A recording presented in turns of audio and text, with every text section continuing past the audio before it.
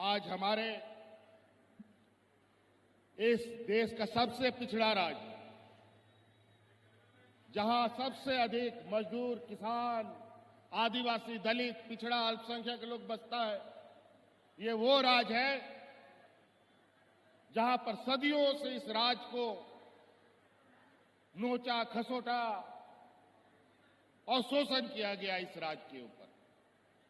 और यही वजह है कि ये राज्य कहने का तो देश में सोने का चिड़िया इसको वो लोग बोलता है, लेकिन आज ये राज्य बूंद बूंद के लिए भी तरसता है। आज इसीलिए हम लोगों ने पहले जो कहा हमने कि हमारी गांव की सरकार है, तो हमारी पहली प्राथमिकता है कि आर्थिक रूप से हमारा गांव मजबूत होगा, और जब गांव मजबूत हो जाएगा तो अपने आप पूरा झारखंड मजबूत हो जाएगा।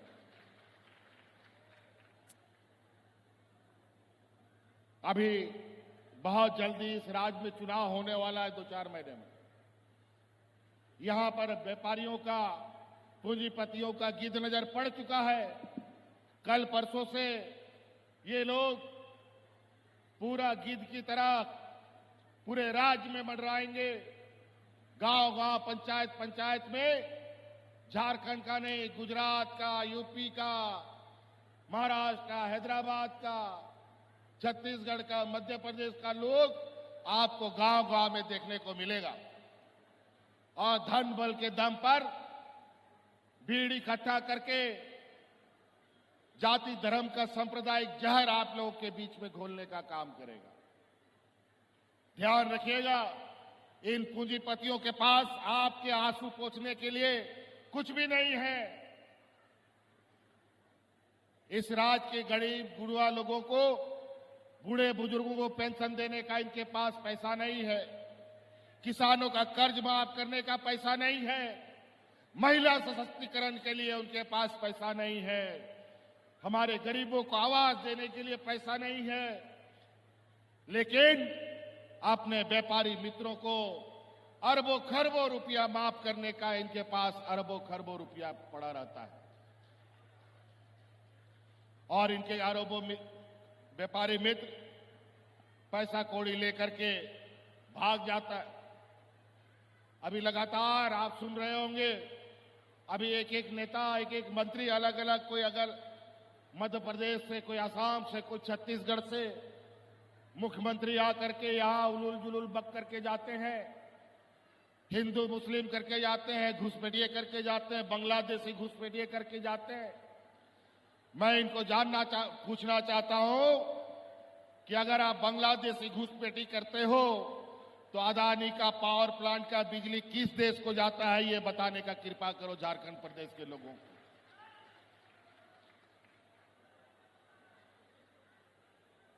ये लोग ऐसे लोग हैं, ऐसे ऐसे आपको बात करके सुनाएंगे कि आपके परिवार के, आपके समाज में बिखराव कैसे पैदा हो।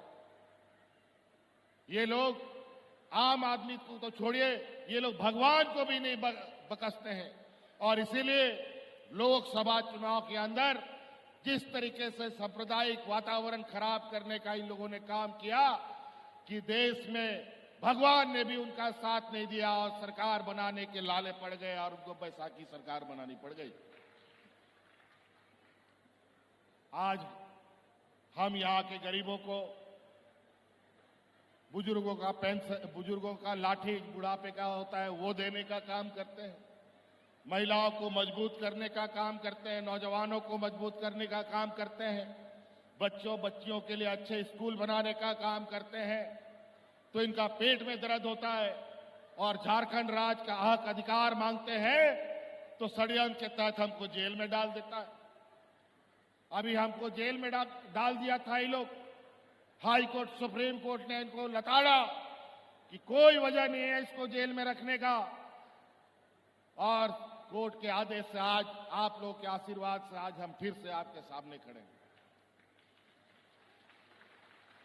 और लगातार आप याद कीजिए, सरकार बनते ही हमारे साथ कितनी चुनौतियां आई। सरकार बना, ठीक से हम लोग सरकार बनाए भी नहीं थे कि कोरोना के चपेट में हम लोग आ गए। और आपको याद होगा कोरोना का दिन कितना डरावना, कितना भयानक था।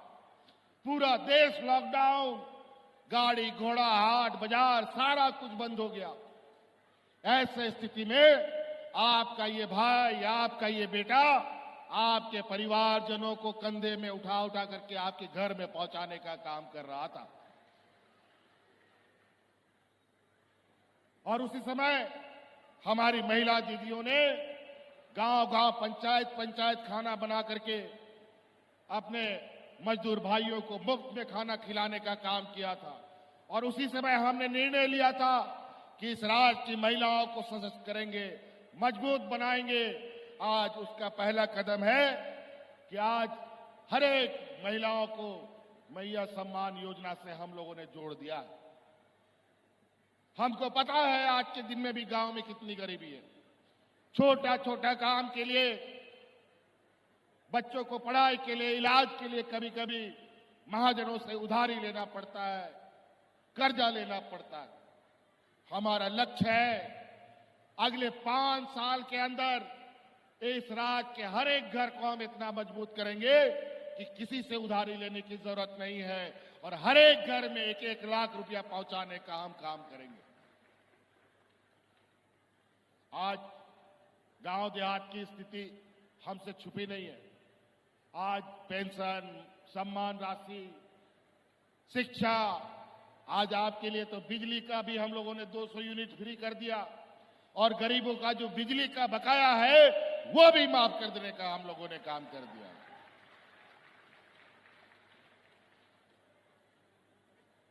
और आज हमारे बच्चे जो पढ़ाई करते हैं शहर में आकर के, कई बच्चे सरकारी छात्रावास में रह करके पढ़ाई करते हैं।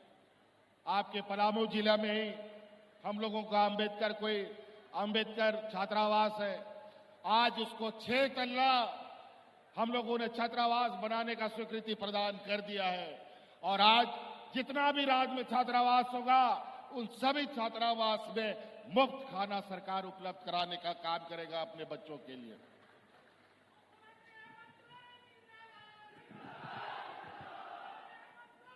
आज अभी चुनावी साल भी है। हमको पता चला है कि केंद्र सरकार ने अभी जिसके लिए मांग करते करते, नाक रगड़ते हम लोग थक गए, लेकिन गरीबों का पैसा बकाया नहीं दिया। प्रधानमंत्री आवास का जो पैसा केंद्र सरकार का हिस्सा है वो नहीं मिला। और उसी संकल्प को पूरा करने के लिए हम लोगों ने आबू आवास चलाया, जहां प्रधानमंत्री आवास के माध्यम से 8 लाख गरीबों को हम लोग चिन्हित किया था। आबू आवास के माध्यम से हम लोगों ने 20 लाख गरीबों को आवास देने का हम लोगों ने चिन्हित करना का काम किया है। और उसको चलाया, जब हम लोगों ने प्रारंभ कर दिया, लोगों को आवास भी मिलने लगा, तो ये आज केंद्र से जो बकाया राशि है 4 साल के बाद भुगतान कर रहे हैं। कहां से इनको आज गरीब की याद आ गई? 4 साल मांगते मांगते रह गए, क्यों नहीं हमें प्रधानमंत्री आवास का पैसा मिला? जब हम लोगों ने आबू आवास शुरू कर दिया तब ये अपना पैसा हमें वापस कर रहे हैं। अजीब हालत, जब मर जाए आदमी उसके बाद आप पैसा देके क्या कीजिएगा? ऐसा पैसा का क्या काम जिससे हमारा परिवार छीन ले? आम दिना लोग, जब डबल इंजन की सरकार थी, लोग राशन कार्ड हाथ में लेकर के भाग करके मर गया। लेकिन कोरोना जैसा महामारी आया और हम लोगों ने एक भी मजदूर को भूख से मरने नहीं दिया।